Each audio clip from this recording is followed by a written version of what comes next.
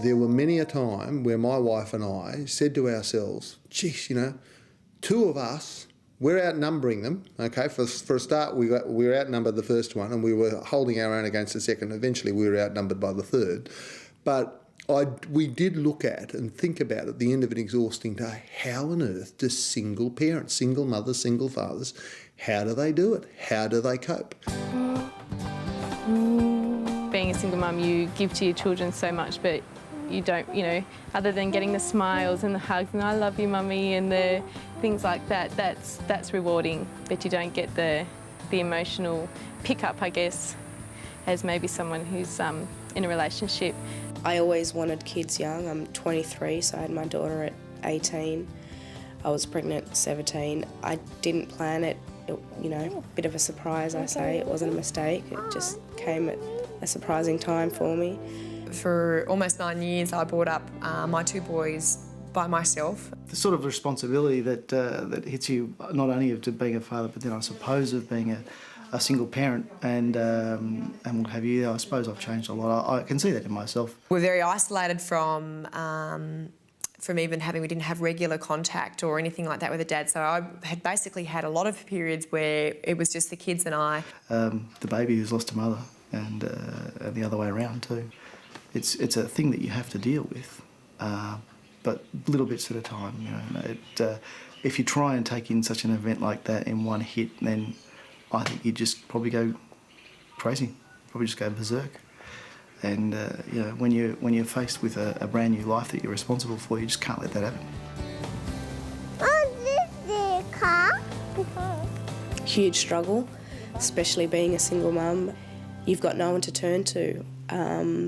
And you really rely on family, not wanting to, but you have to.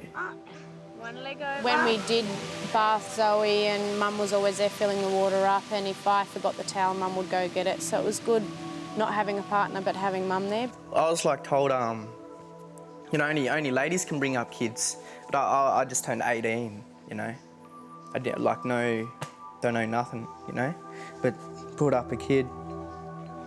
Anyone can do it. I know you're sort of growing old real quick and missing out on heaps of stuff, but it's all worth it. You just start to realise it's a full-on job. It's like a 24-hour job. What do you do? How do you heat the bottles up? How do you clean the bottles? What do you feed them? The way I kind of pulled through it was getting prepared for it before I actually had my daughter. I read lots of books. To sort of get up, feed the baby, dress and all the rest of it, and then take him off to childcare, jump in the car, go to work, and then, finish work and then go pick him up and then come home and cook and bath and, bed and story and all that sort of stuff.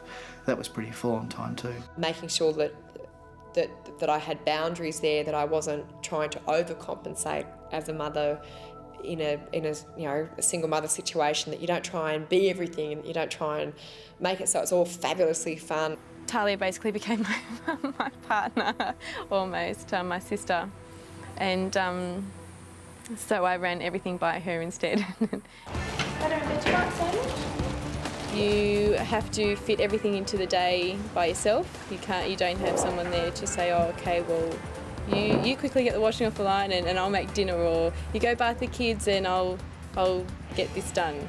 The biggest key was consistency, boundaries, discipline, and most importantly, lots of love and lots of reassurance of love.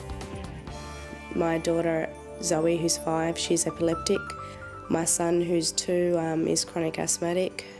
So managing their health is a huge, huge issue, and it impacts a lot on all of us and as well as family. Not for worry, but they want to help and support us. The hardest thing is though when she's sick, he's sick, and you are too. And you've got to look after yourself, or you're not going to get better to look after your kids. So during the night, if they're crying and you've got a massive migraine or you're really sick, you still have to get up and answer to them. So that's a time where it really drills into you how hard it is being on your own.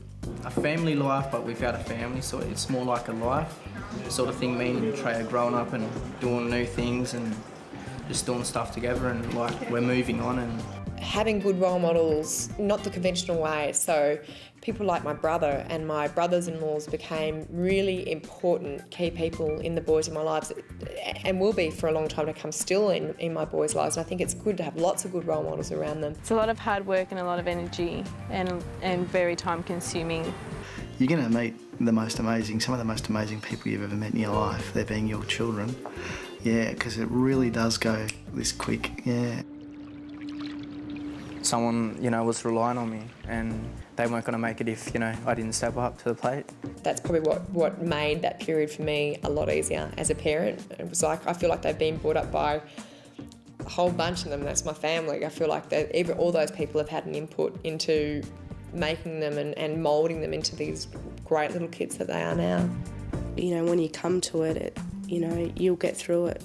It doesn't seem like it, but it does. It slowly gets better.